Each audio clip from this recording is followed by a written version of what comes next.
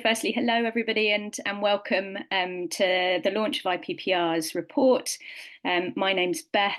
I am a Senior Policy Associate at the Future Governance Forum, but just as importantly, I've been on the advisory group to IPPR's Migration Policy Unit and seen the development of this report over the last year and seen it take shape, which has been really exciting.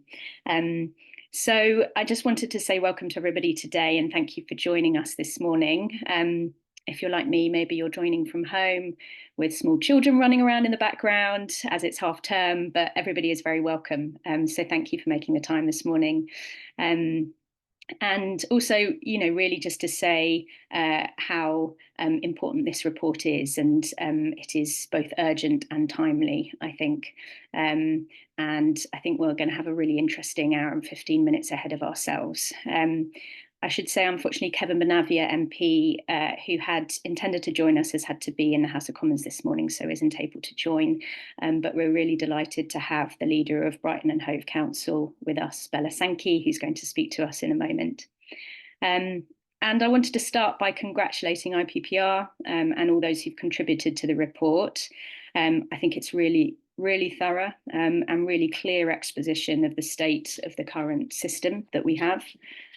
But also provide some really clear recommendations for how we can change this. I know this morning that many of you will have seen the news about the death of a man at Brick House, and I think that really brings home the importance of effective oversight and accountability mechanisms in the system that we have here, and the urgent need for reform right across the asylum system as well. And I'm sure many of us will agree that asylum accommodation and support, there are few areas as broken in public services as the system that we have at the moment.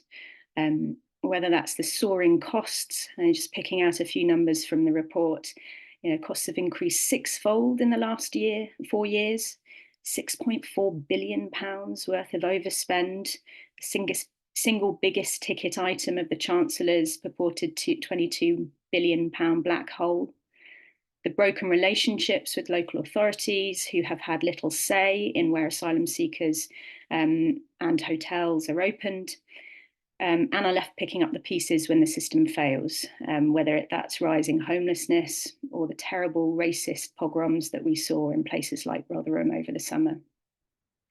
But most importantly, which this report draws out, is the impact on people that our system has at the moment, and the terrible cost to people's mental health and physical health and their resilience, the appalling safeguarding risks to women, children and men, and the fact that the system seems designed without any priority given to preparing people well to rebuild their lives successfully in this country, leaving voluntary sector organisations often to have to fill in the gaps. But let's face it, this could have been a very depressing read, but I do think it's actually hopeful because it sets out some really clear opportunities that we have in the coming years to change this system.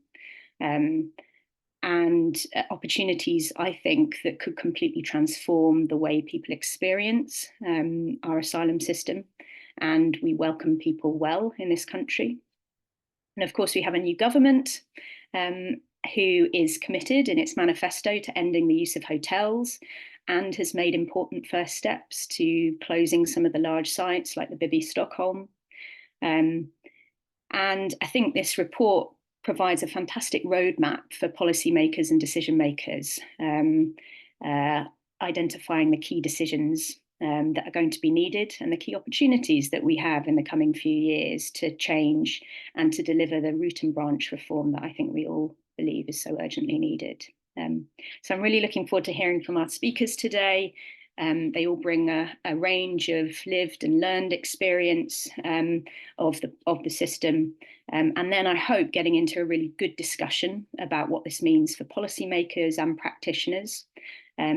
If you've got questions, please, whilst if you think of questions while speakers are speaking, please put them in the Q&A box. You can see hopefully at the bottom of your screens, so you can submit those questions, and then we will try and choose some of them and ask our speakers to respond to them at the end of the session. But now I'm going to hand over to Lucy Mort, who is one of the authors of the report, to take us through the key findings. Thanks so much, Beth, and just bear with me while I share my screen. And just...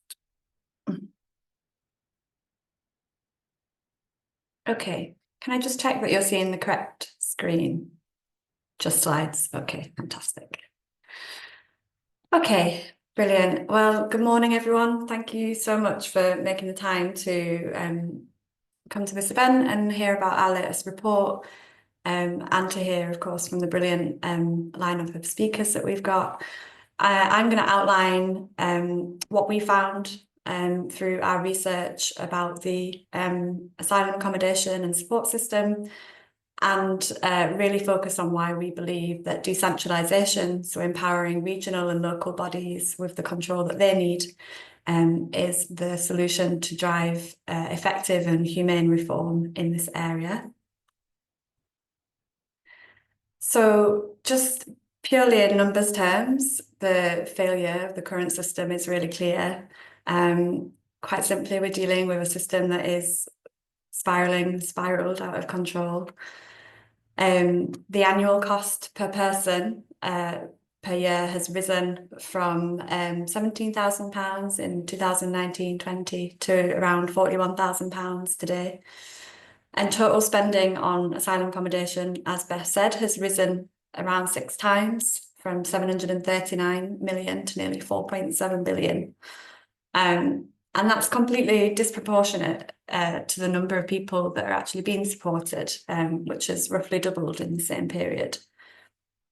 And the reason for that is simply the reliance on hotel accommodation, which costs a lot more than dispersal accommodation. So around £145 per night for hotel accommodation compared to £14 for dispersal accommodation, although certainly other figures in our report, but the latest ICIBI report that came out earlier this week, or at the end of last week, updates those figures, and so it's even starker. So looking at around £20 a night for dispersal and £158 a night for hotel accommodation.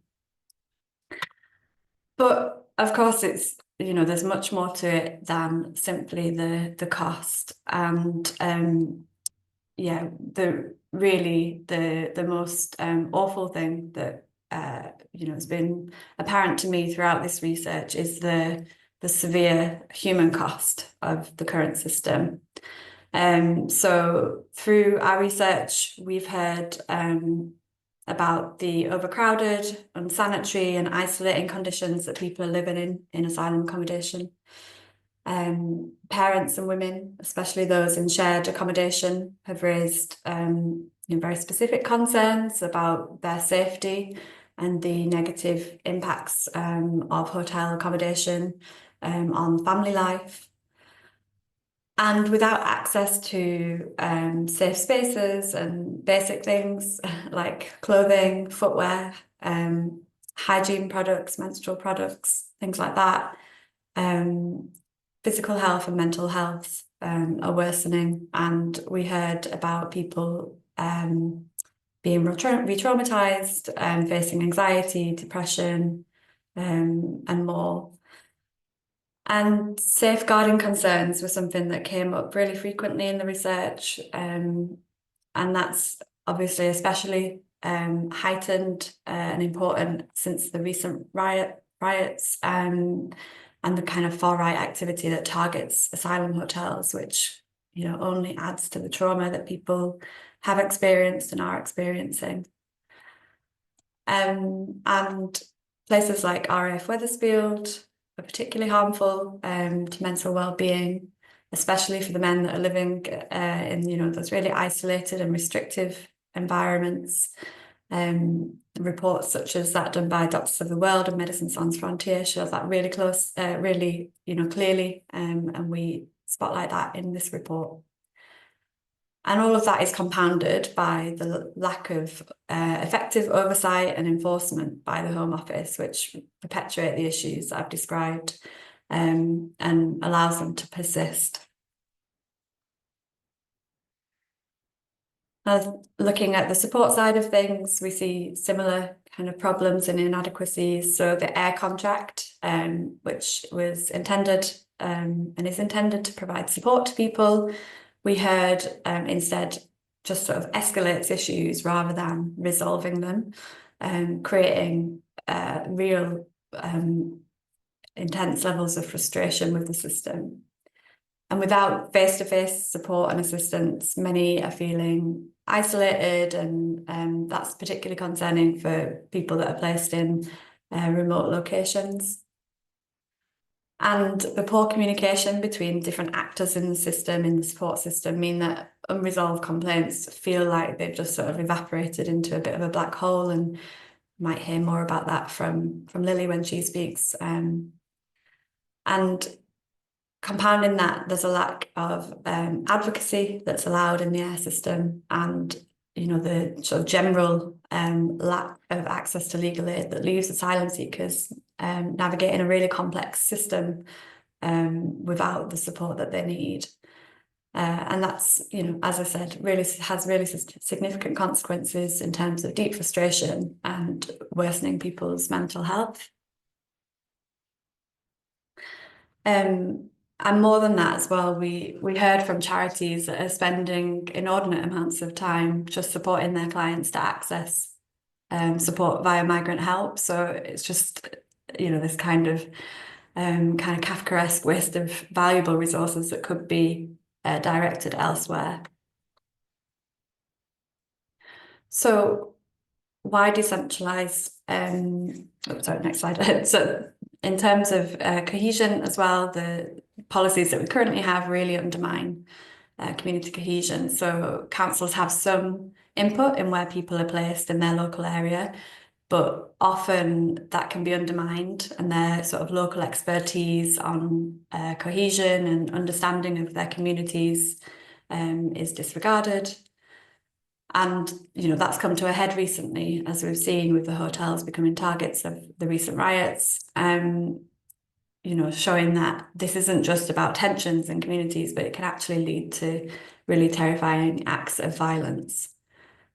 And long stays in unsuitable hotels and large sites prevent people seeking asylum from rebuilding their lives. So from learning English, from gaining new skills, from building meaningful connections in their communities. Or even if they do that because they've been in a hotel or for so long, then they might be moved away to another part of the country and expected to start again, which just sort of compounds the feelings of sort of frustration, isolation, etc. So yeah, why decentralise? So we think, and we argue in the report, that this centralised system that we have is leading to sort of a one-size-fits-all solution that's really costly and inflexible. And we think that by decentralising, we can allow regional and local councils to find community-specific solutions, including cost-effective housing, repurposing buildings in their area, and more sustainable options that sort of really prioritise community stability. And they have the means to work in partnership with other organisations in their areas to invest in their communities. And we think that local authorities are more incentivised to end the use of hotels and end the reliance on hotels than private companies are, which should hopefully as well foster that greater cohesion. And I just want to say a little bit more about what we mean when we talk about decentralisation, but just to say as well that there's quite a lot of detail in the report on this particular policy. So if you do want to find out more, please do read the report. But essentially, our vision is that decentralisation starts with regional pathfinders, which would be initially led by strategic migration partnerships, which have coverage across the UK and are very sort of have a lot of expertise in this area. And each region would then consult and agree on a designated body, which would be responsible for commissioning accommodation shifting that control from private providers to local agencies. One major point that's been raised in our research is that for this approach to succeed, of course, there must be proper funding to fulfill new responsibilities effectively. And there's reform needed as well to ensure that people seeking asylum are dispersed to places in an equitable way. And we suggest basing that on population formulas similar to those that are used in places like Germany to help balance resources and support across the country. And just to touch on some other areas of our recommendations, while decentralisation is really crucial, it's just one part of the solution. We also need a number of other immediate actions that address safety, accountability and access to justice. There are lots of recommendations in the report, but these few just stand out for me and that I want to share today. So we want to see that large sites that are failing and unsuitable are closed, and if they are to be used in the future, that there are strict time limits on their use. We want to see penalties for non-compliance and to see that those are enforced to improve conditions. We want to see that safeguarding is enhanced, that there are KPIs and vulnerability assessments integrated into every contract as a non-negotiable, and that asylum seekers, particularly in those remote areas, have much better access to justice and legal support. And to make the most of decentralising, we recommend as well piloting a capital subsidy programme to help increase the supply of temporary housing, to enable local authorities and housing associations to purchase properties specifically to increase their temporary housing stock. So finally, and I'm sorry, I know I've gone over, just a call to action, really. So the 2026 break clause is coming up really quickly, and it offers a crucial chance to transform the system. But we really need to act very quickly to make use of that. We think it's important to get the ball rolling on launching these regional pathfinders so that we can establish a national model that's humane, effective and financially responsible. We think this is a really great chance to end the cycle of crisis that we've seen for many years and build a system that supports people seeking asylum and supports local communities. And I really hope that we don't see that opportunity wasted. But yeah, really looking forward to everyone else's contributions and hearing from the audience as well about what you think needs to happen. That's it from me. Thanks so much. Thanks so much, Lucy, and so much in there to sort of get into and start to discuss.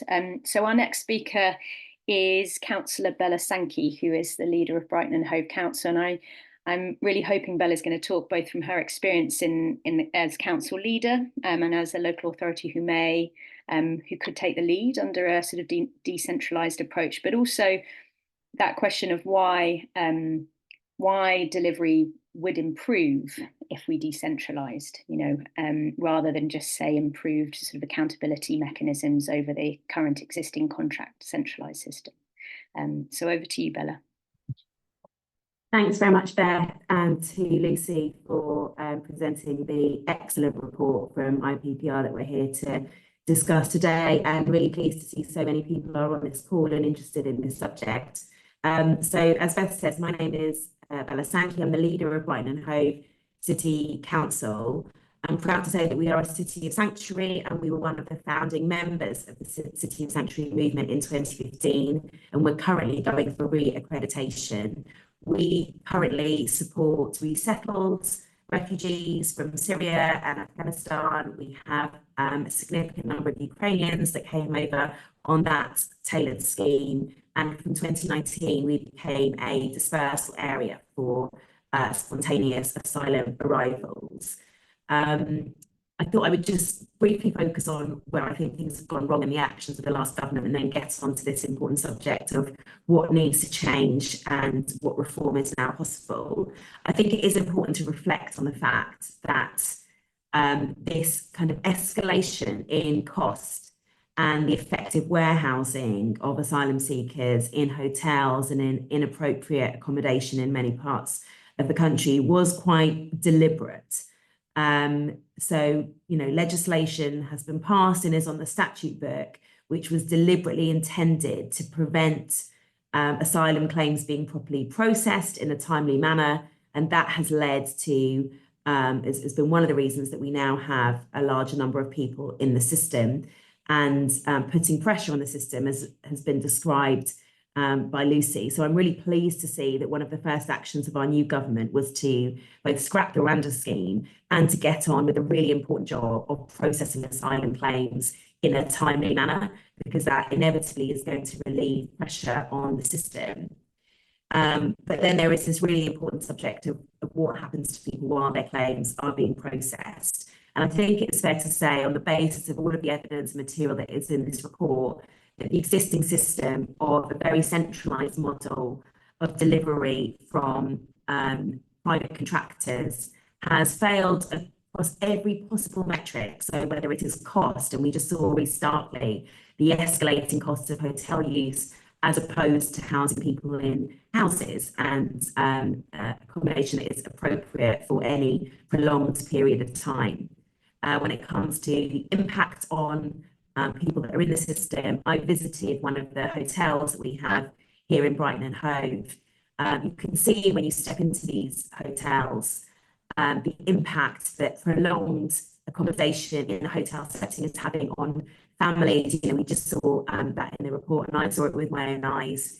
Kids without anywhere to be or to play, whole families crammed into hotel rooms for years on end. Now, I've spoken to women who have given birth while they've been staying in hotels. Their children are not developing properly because they just don't have a space to move around in a hotel room that might have a family of 4 in it. The safeguarding issue, I think, is so important, and it's been quite overlooked, actually, that you have perfect strangers being accommodated in one bed space unit. It's absolutely inappropriate. We wouldn't accept that or think it was advisable in any other area of public policy. So why is it acceptable to put asylum seekers that may not know one another in one bedroom? As I say, across every single metric, I think the current system has failed. And that's why this report is so timely and is so important. For me, as somebody that has previously worked in the asylum space, stepping into the role of leading a local authority and understanding the provision that local authorities currently make, but how partial it is, it really has struck me from day one how nonsensical the current arrangements are. So in Brighton and Hove, we're doing absolutely excellent work on supporting resettled refugees, on supporting Ukrainians, and we have a whole set of programmes that have been established to do that. As an upper-tier authority, we have responsibility for housing, for education, for all of the things that people that arrive recently in the country may need support with. So to me, it always seems so nonsensical and so illogical that there is this part of the system that we currently don't have proper oversight of. And I strongly believe, and from every piece of evidence I've seen from my own authority, it actually creates inefficiency, harm, and bigger costs in the long term. So, the fact that we don't know who's been granted refugee status, we then have people presented to the authority as homeless. There's this disjoint in the system that means that people are not being integrated as best as we could do it. But it also means that it is ultimately costing us longer, and we have an inefficient system that we are trying to operate sort of against the odds. In terms of the sort of principles going forward for a move towards regional and local authority control of this system, I think that it's going to be absolutely essential that we have sufficient and sustainable funding.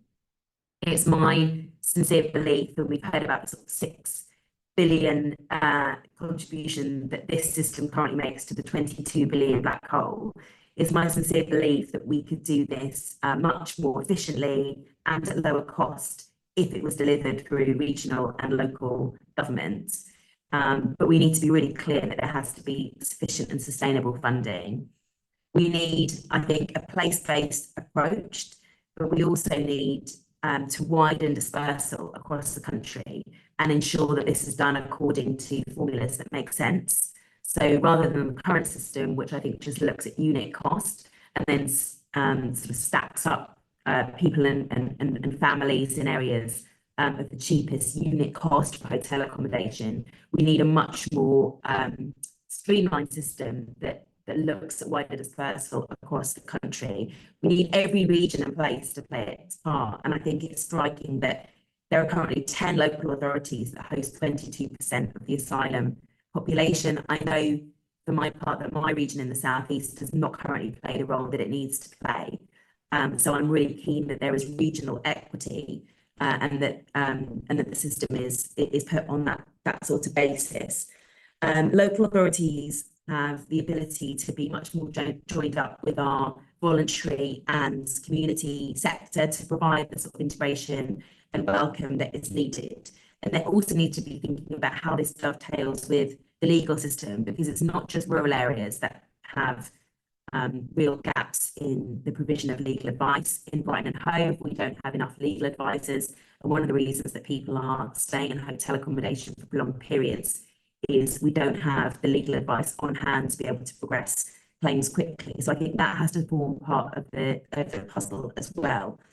But I really welcome this report. I think it's very important that there is a focus on the break clause, which comes about next year in 2026. I think we need to improve this system as it stands in terms of accountability and oversight, as others have said. But I think we are on a burning platform here, and we need to act quickly to ensure that we can take advantage of those break clauses next year and bring this back within fully within the public sector, where we can get so much more join up efficiency and run a system that is better for our communities and better for people that are seeking sanctuary.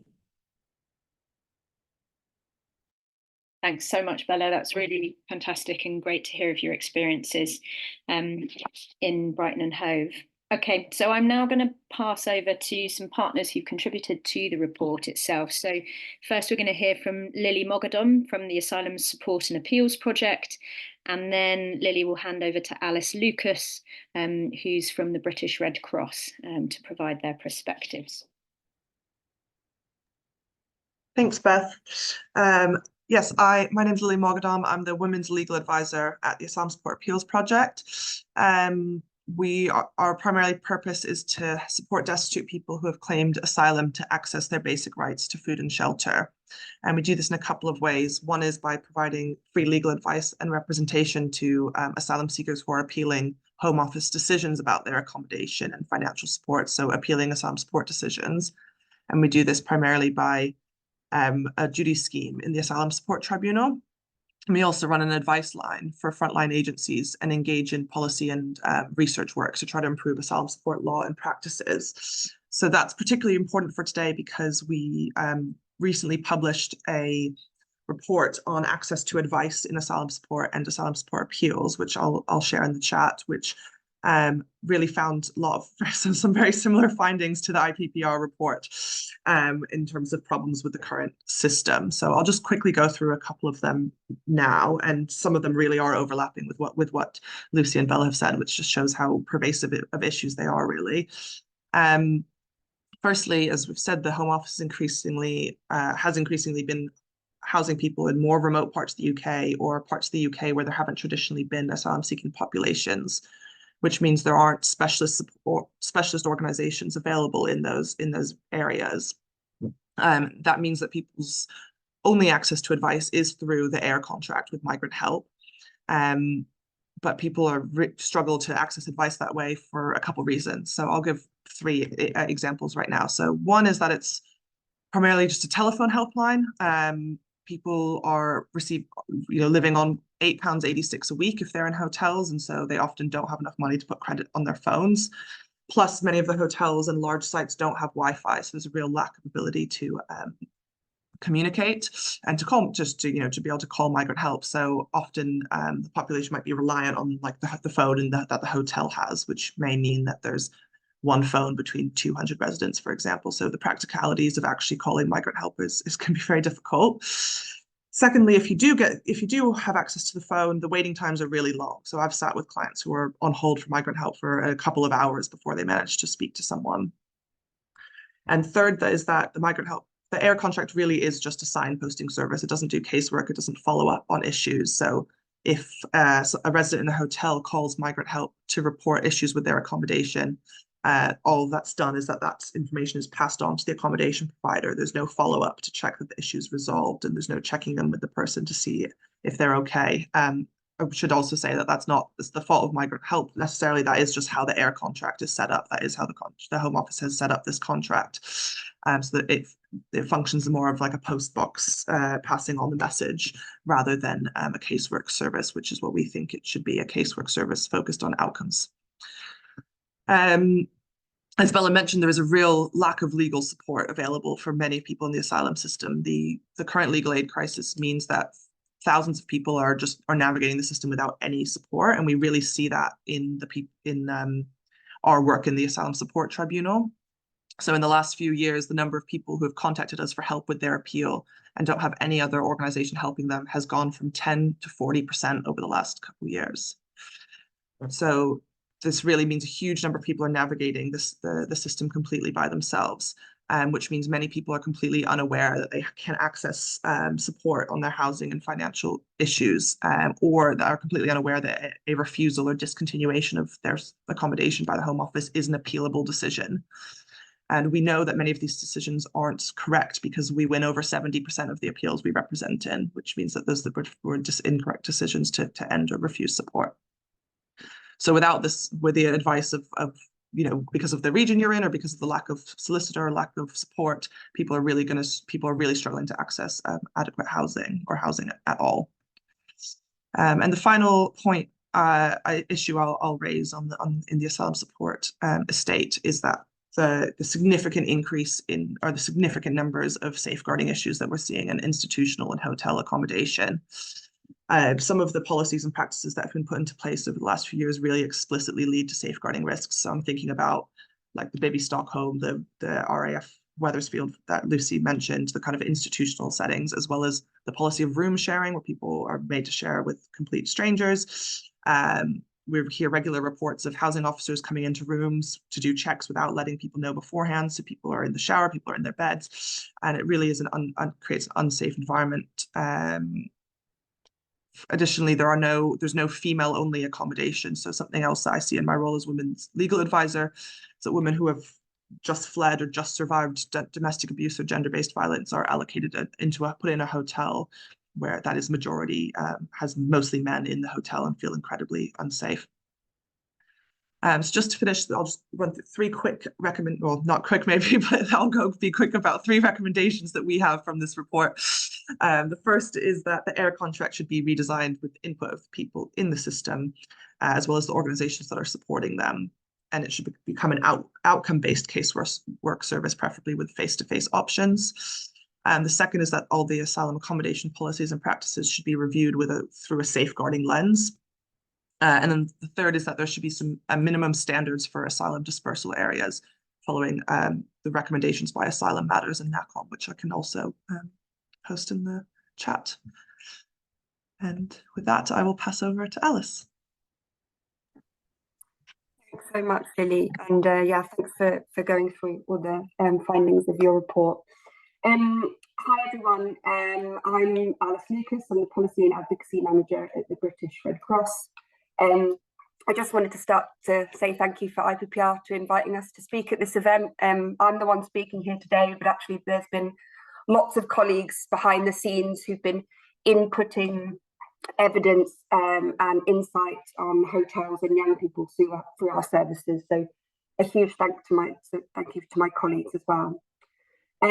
I'm sure everyone on the call will agree with me when I say that this report is really welcome, and I think it's something that the sector has needed for a really long time. And in particular, I wanted to say just, before I start to talk about some of the things that we see in our services, how impressive I think the way in which Lucy and IPPR have actually gone about creating this report. So you've got lived experience front and centre with peer researchers and really detailed engagement across different stakeholders. So it means that we've got really excellent buy-in for this report. And I'm really excited to see where it can go and really looking forward to supporting it. So today I'm going to talk a little bit about the work that we do at the Red Cross and what we've seen in asylum accommodation, before just taking a little bit of time to reflect on one of the key questions about the importance of involving lived experience in policy development, not just in asylum accommodation, but also more widely. And I'm really pleased that we've got Asha on the call with us today from the Voices Network. So as an organisation, and like many others in this virtual room, we find ourselves at the Red Cross filling the gaps in basic needs and support for people seeking asylum in the UK as a result of what we've already heard today is an inefficient system that simply isn't designed with the needs of the people it's supposed to support in mind. So just a few facts and figures from our services, but last year we spent nearly £250,000 providing clothing to 12,000 people living in asylum hotels. So that includes coats for children living in just t-shirts in winter, shoes for men who would walk 2 hours to our services in just flip-flops, and full changes of clothes for people who had to wait naked while they tried to wash the scabies from their only outfit. And I know the report contains many more harrowing examples of the experiences in asylum accommodation. At the Red Cross as well, we gave out 4,500 SIM cards last year, so that people could talk to their loved ones, access essential advice, GP appointments, because Wi-Fi, as we've heard, it's just not provided as a standard in asylum accommodation. And as we've already heard, as we hear in the news, asylum accommodation is costing billions of pounds. And I think it begs the question, with all this resource behind it, like, why is this still happening? It should be absolutely unacceptable that the asylum accommodation system is failing people in this way and leaving it to organisations to pick it up.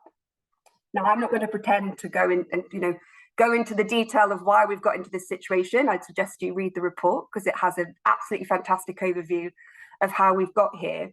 But I did want to speak to one of the solutions that I think that we should be exploring to how we extricate ourselves from this unhelpful and inefficient cycle. And that is, very simply, is listen to the people who are in the system. I have to say, as someone who's been doing policy and advocacy work for a while, I'm always surprised and, honestly, like quite often frustrated that we're still needing to ask this question about how we involve people with lived experience. It doesn't make sense to not involve people who experience the system you design. How do you know that something's working? How do you know what asylum accommodation looks like and feels like, unless you have honest feedback from the people who live there with clear accountability for those improvements?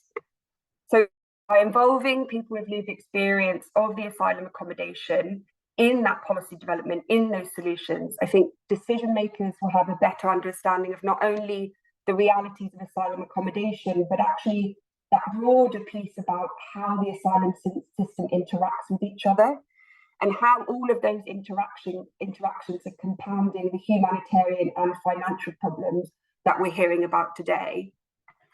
And I think, just to end, that I actually think that's the thing that this report sets out really, really well, is it sets out a set of concrete proposals to improve asylum accommodation, the devolution, and it does so in a really kind of set of clear steps, but also gives us a really clear indication of how asylum accommodation is interacting with the rest of the system. So it's about vulnerability assessments, it's about asylum support, it's about move on.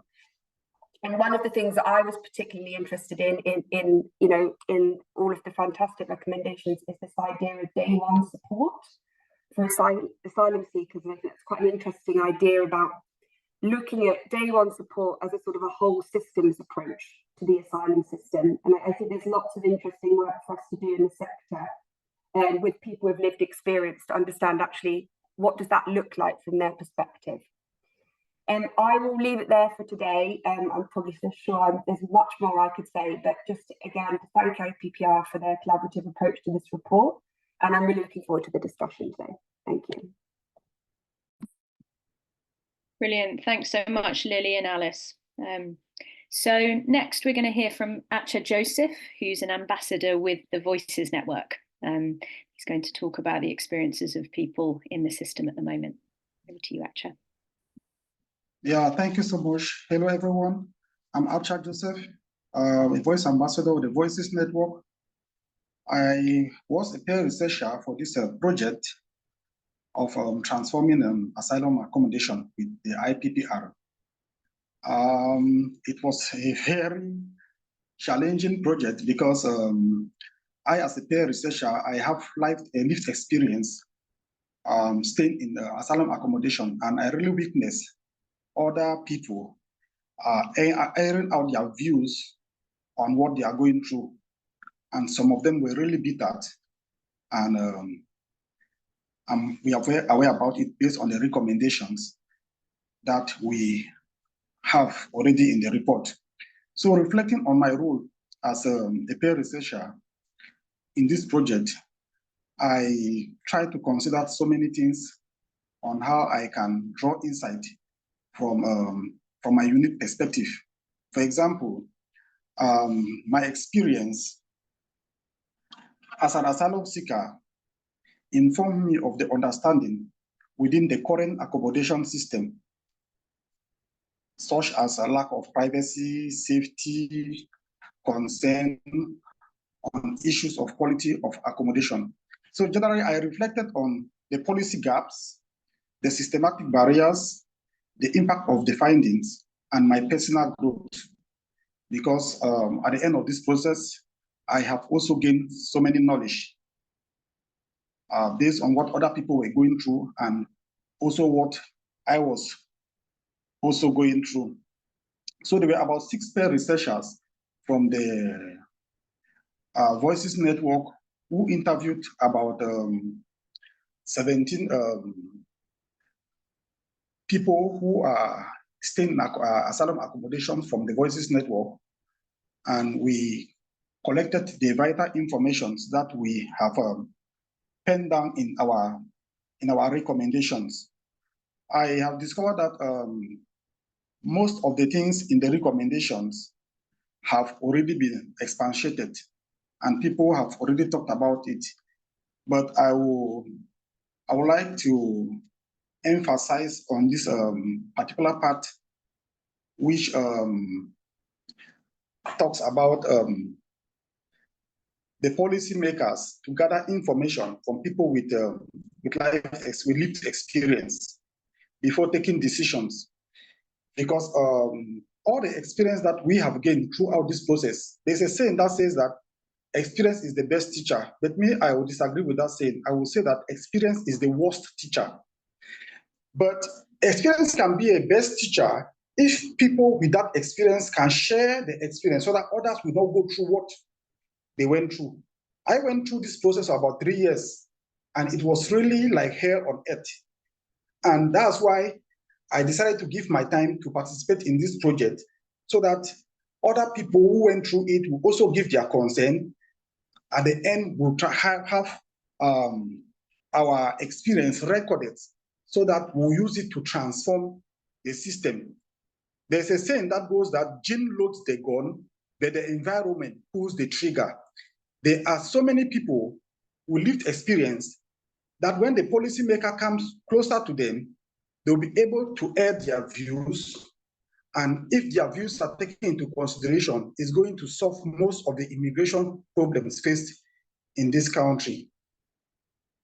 So I take this opportunity to urge the government that it's good to listen to people or expert by experience, to listen to people with lived experience on a particular subject, taking into consideration their experience so that an actual plan of action could be put in place that will effectively help us to navigate through the system and have concrete solution for the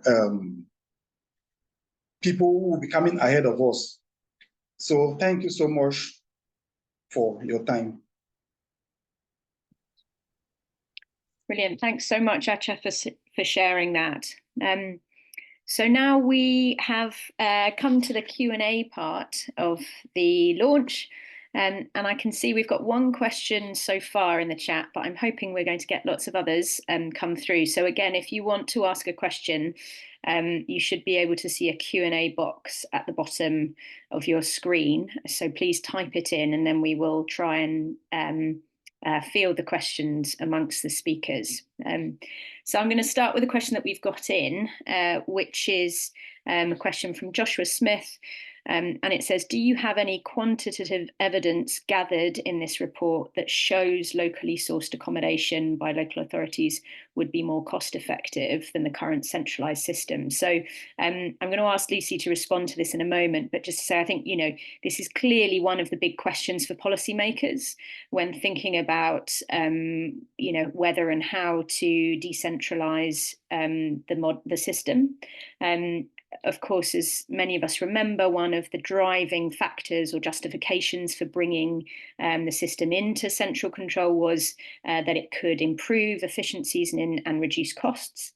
But as Bella Sankey told us earlier, she said, her view was that if local authorities were more involved, if responsibility was decentralised, she believes it could be done much more efficiently and at lower cost, but sufficient funding needs to be there to deliver it. So, Lucy, hand over to you to talk more about the research. Thanks, Beth, and thank you for the question. I might have a slightly disappointing answer in terms of if someone's expecting me to have the figures to hand.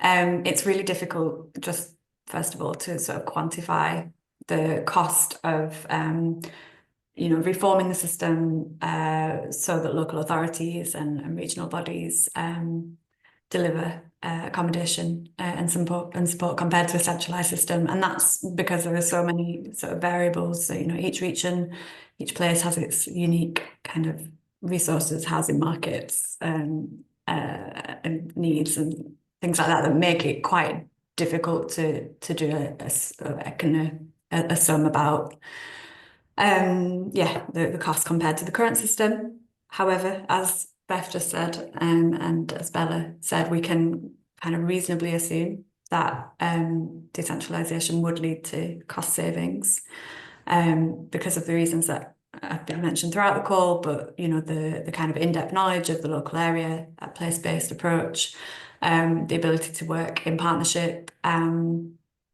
the simple fact that it would be a not-for-profit system, or profits where they were made would be invested back into the community rather than going where they go now.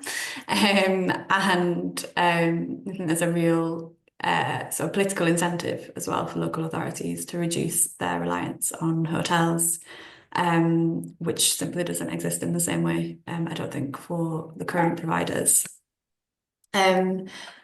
Just to add as well, it's a little bit different to the decentralisation point, but is really a great kind of proposal that we have spotlighted in our report, that shows that the capital subsidy programme, which has been proposed by Kate Waring and colleagues, that if money was made available to local authorities and housing associations to purchase properties for temporary accommodation, the cost savings would be really significant and really sort of quick to take effect. And they've done some quite detailed modelling to show that approach would quantifiably save money. So I'm happy to link to that report in the chat so that people can go and have a look at that in more detail as well.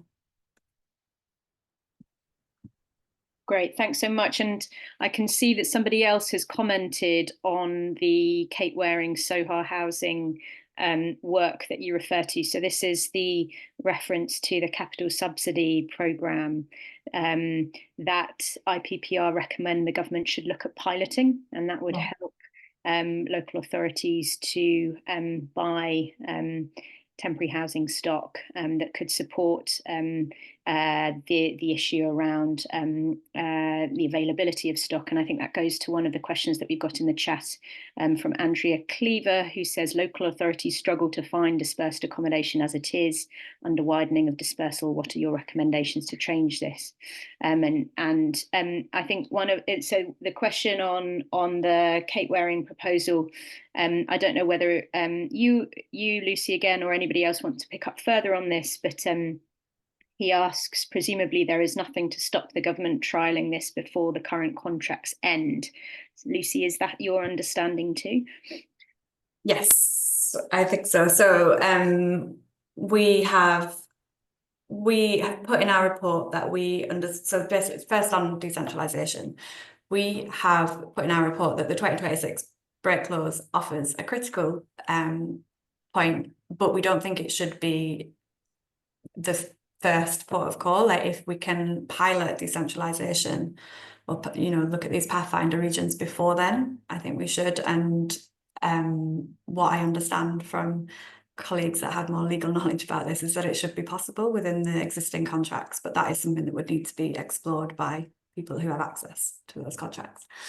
And the same on the point around the piloting a capital subsidy programme, which we think would align nicely with the regional pathfinder model. So doing the capital subsidy programme pilot alongside the pathfinder model would make sense and would really, I think, set local authorities and local places up to succeed and would result in cost savings, significant cost savings.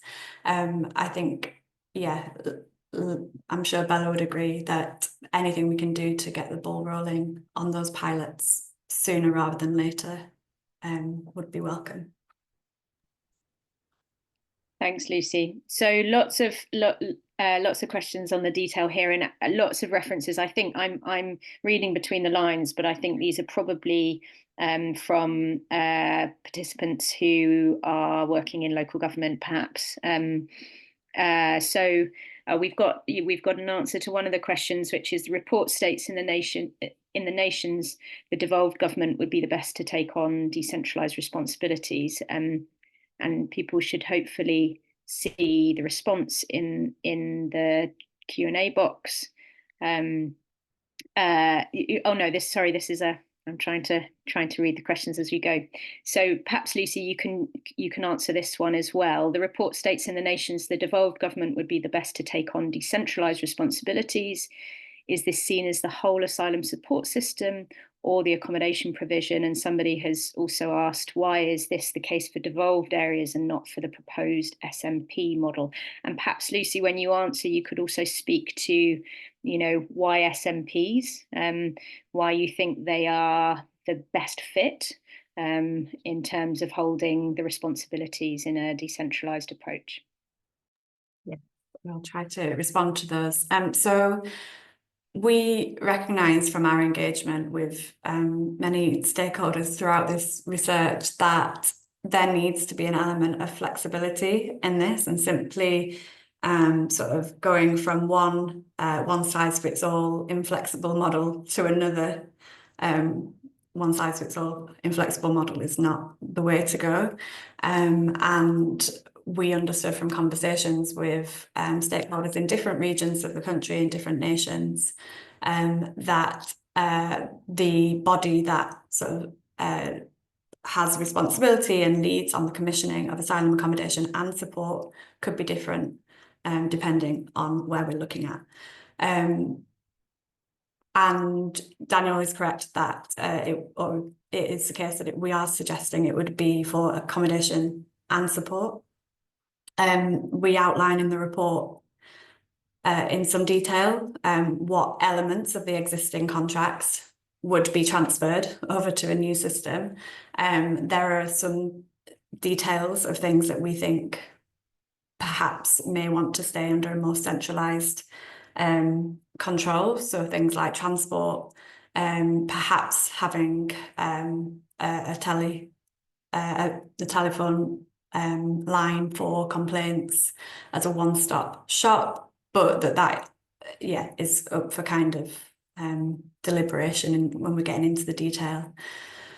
And on Gail's point about why is this the case for devolved areas and not the proposed SNP model, it is the case that it's the same in terms of asylum accommodation and support we recommend to be devolved, broadly speaking. And just on SNPs, we have gone with that as the kind of starting body for this proposal and for these conversations and these negotiations, simply because they do have that coverage across the country. And more than that, they've got the coverage across the country, you know, where things like combined authorities might not. But they've also got the expertise and the years and years of experience of working on things like refugee resettlement, unaccompanied asylum seeking young people, and the transfer scheme, lots of which, and of course, sort of bringing together the Home Office with local authorities, the local authorities that make up the SNPs, and which sort of the SNPs are led by their local authority constituents. So I think the position that they hold in terms of being that sort of pivotal cog in terms of go-between between all those key players, and the expertise that they have on similar issues, and of course, you know, as well with dispersal already, means that the knowledge and the coverage that they have means that they're best placed, we think, to begin the conversation about decentralisation. But of course, then if over time in that region it becomes apparent that another body, a devolved nation, a group of local authorities or a combined authority, for instance, would be better placed to be the lead partner for a particular area, then there's flexibility within our proposal for that to happen. Brilliant, thanks Lucy. And just to say, any of the other speakers, if you'd like to jump in on any of the points, please do. But it does feel like a lot of these questions are quite detailed around the recommendations within the report. And I think, you know, that's very telling. I think somebody's put in their question, I mention this because to win this argument, we need to be as robust as possible. And I think that's really clear. This is a highly complex system, you know, and some of the information, as Lucy said, is not fully in the public domain. So, you know, information about profits, you know, in the system, which are obviously critical to understanding, you know, how much money is in the system and how much, you know, may be available for a kind of alternative model. I can see there are a couple of questions that perhaps we can group together around engagement with the Home Office, how much engagement there has been either by IPPR or indeed other organisations represented here. You know, to understand whether there's appetite for this, test the findings, what steps they're already taking. So perhaps Alice, Lucy, Lily, Atcha, any of you would like to answer that one? I don't mind coming in on the Home Office point. It's probably a bit of a broader one, because obviously Lucy will be doing the engagement with the Home Office on these specific recommendations. But I think the point that's been made in the Q&A about kind of winning the argument, we need to be, you know, the kind of the robust as possible, I think is really, really important. And from my conversations with the Home Office, there's definitely appetite, and I think there seems to be a renewed appetite to engage on certain things. But I think that there's still one step further on the kind of bit more of the transformative systems change piece that this report suggests. So I think there might be, you know, the kind of those, what can we do in the interim? I think there's sort of appetite for that. But actually that broader systems change piece, that broader kind of, you know, more visionary, I think that's, you know, where we need to start thinking about ministerial engagement, because that's where those decisions are going to lie. But generally, yes, some appetite on, I would say, the kind of smaller incremental, but that systems change piece, I think we need to go big. Thanks, Alison. I agree. And just to say from our side and to respond directly to some of the questions, we have engaged with the Home Office throughout this report and this research. We've shared the report with officials at the Home Office, and we have, I would say, a good line of communication with a number of officials at the Home Office on this issue. And those conversations are ongoing, and we want to work in partnership with them, because they also have the expertise to know how to transform the system. And yeah, we're really keen to work with them in a constructive way on this issue. They're definitely, from what I understand, there's awareness of and interest in what a decentralized model could look like. I think it's our job, everyone in this room that's interested in creating fundamental change and transforming the system for the better, that we advocate for that, and advocate for them to be bold and to take the necessary decisions that are needed now and soon, and not to sort of put it off. And one of the fears that has come through when I've been talking to stakeholders is that there were conversations that were similar, of course, at the end of the Compass contracts, and yet we ended up with similarly poor contracts through Ask and Air. And I would really hate for that to happen again. So I think if there is something we can coalesce around, and we can all be, broadly singing from the same hymn sheet, I think that could be really important for getting the change that we need. Great, thanks, Lucy. I'm just going to take a couple more questions. I'm just going to note there's a question here. I think this is a point about the detail and getting the detail right. So, there was a question about, there would likely need to be a transfer of stock with different contract lengths, and the need to safeguard against losing accommodation during this process. So, it demonstrates the need to really think through some of these knotty challenges. I want to take perhaps as one of our last questions. There's one here from Geraldine Chacon, who says, on lived experience, our engagement with people in the asylum system revealed a challenge in terms of trust. Yes, hotel and private providers have been very deficient and detrimental, but there is also lack of trust in local authorities as well. So if they were to be the new providers, would there be some resistance? Did you find this? And I wonder whether Atcha wants to respond to that, or anybody, any of the speakers, just thinking through how you work through the trust issue when it comes to providers of these services.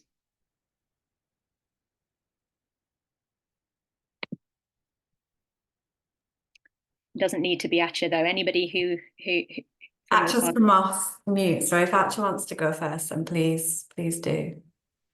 No, please just go first, please. Okay, no problem.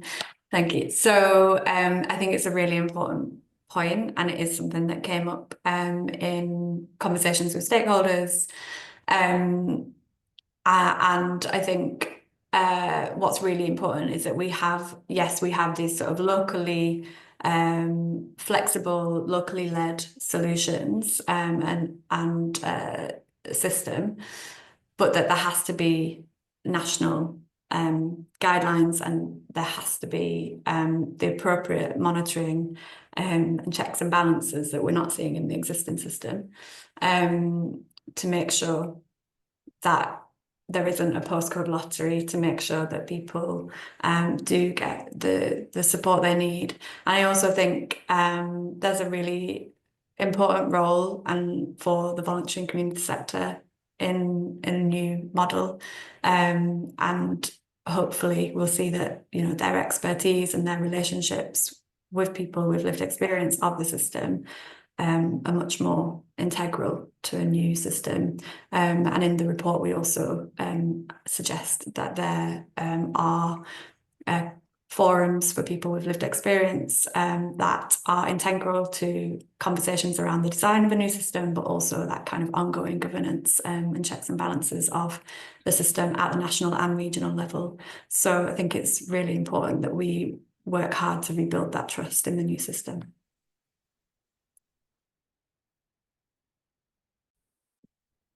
Great, thank you. So there are lots of other questions and comments, but I think we are almost out of time. The only other thing I'd draw people's attention to is that we've got responses from some of the organisations that are listening on this event today. So I can see Colin from Refugee Action has responded to share what Ref Action are doing in terms of conversations with local authorities and the advocacy work that they are doing around changing the system. Also the Good Faith Partnership, who I know are working with local authorities around their Welcome Hub model and thinking about how to, bring about alignment in this conversation. So there are clearly lots of organisations that are engaging at a local and a national level on this conversation. And I think what comes out of this report and from the questions today is how important that engagement and those discussions are over the coming months and couple of years to getting it right when it comes to thinking about reforming the system. So if you do have any further questions, please do reach out to the IPPR team, of course, Lucy and Marley, if you want to engage further on some of the detail within the report, and to think also about how, what comes next in terms of speaking with SMPs and local authorities and central government and the voluntary sector. So I'm just going to attempt to sort of very briefly summarise where I think we've got to with this before we close. And just to summarise some of the key points that we heard from our speakers today. So firstly, from Lucy, who explained really clearly, I think, the imperative for change from the research that they have done, working with people with lived experience in the system and organisations and service providers. We then heard from Bella from the local authority perspective, and I think it was really clear how perverse she found the system coming in as leader of Brighton and Hove Council. The fact that provision of accommodation and housing and support to people is their bread and butter. They do it when it comes to refugees resettled, and they do it well in many cases. And yet, asylum seekers are sort of carved out as this, special case, and then they are involved in only a piecemeal way, and how that creates inefficiencies from her perspective in the system. And I think, it was a real call to action from Bella, calling our current situation a burning platform and the need really to think about deep reform that would be better for communities and for the people experiencing the system. Lily talked in particular about the AIR contract. So this is the asylum support contract that we have, some of the frustrations from their network, sort of the lack of any feedback loop. So people feel like they're sort of shouting into the dark when they're raising complaints that never, they never hear about the resolution or feel that it's followed up on. Some of the particular safeguarding concerns around women in the system, and the need, I think most importantly, that we heard from you, which was to redesign, when we're thinking about redesigning the system, to involve those people who are directly impacted and who experience the system firsthand, and for it to be an outcomes-based system when we're thinking about the sorts of KPIs that are set in future. Alice talked about, I think, shockingly for many of us, about, how Red Cross is asked to provide food, to provide clothing and shoes for people within the system. And we've heard before about terrible situations of scabies and some of these large sites. And the importance again of listening to people in the system to understand how it needs to be changed. And then, of course, we heard from Atcha, Joseph, who himself talked about their direct experience of the system, lack of privacy, safety, quality, but that experience can be the worst teacher, but it can also be the best teacher, Atcha told us, when it comes to learning about the ways in which reforms need to happen. So where does this leave us? And we had, a fantastic Q&A with lots of detailed questions around the model, the way that accommodation would be provided. I think what came through in the questions is, obviously the wider housing and accommodation crisis, and questions around, sort of more equitable dispersal, full dispersal model, what delivering that would look like, and what would be needed to deliver that, not just when it comes to the provision of accommodation and housing stock, but also support, and the fact that we have in many areas legal aid deserts, and legal aid support has to be a kind of key consideration. So where does this leave us? Well, of course, we have a window of opportunity. I think that's clear from the report, between now and 2026, and again then until 29. So these key dates, 26, which is when the current contracts, when there is a break clause in the current contracts, and then in 29, when the existing contracts are due to expire. So this may sound like, a decent amount of time, but in policy making terms, it's a blink of an eye. It will go in a moment. And it's fantastic that we have this report and the work of organisations on this call who are already doing that advocacy and holding those conversations and dialogue with all the different players, because that has to happen now. And, there will need to be decisions very soon by policymakers on potential pilots or pathfinders, as IPPR have recommended, up to 2026 and beyond 26 to 29. But it can happen. It is possible. It's a short window of opportunity within these current contracts, but it is absolutely perfectly possible, but it will need political will. And as Lucy says, that has to come from ministers. There have been some promising conversations, it sounds like, but that is only, I think, going to happen not just, with the advocacy of voluntary sector organisations, but also local authorities and SMPs and the devolved nations who will be so critical to delivering an alternative approach and working through some of the finer detail that will need to be worked through in any pilot or pathfinder approach that is taken over the coming few years. So I think hopefully this will be the start, not the end of that discussion process very much. It sounds like there are lots of people in the Q&A chat who are really interested and excited to take those conversations forward from different levels of government. So I really look forward to seeing how those discussions develop, and hopefully seeing the kind of critical decisions being taken over the coming few months about charting a way forward to a better approach for the people in the system and for communities across the country. So thanks so much to everybody who has joined us today, and thanks to the speakers, and thanks most importantly to IPPR for producing what is an excellent and really thorough report. Thanks everybody, and thanks so much to Beth for chairing.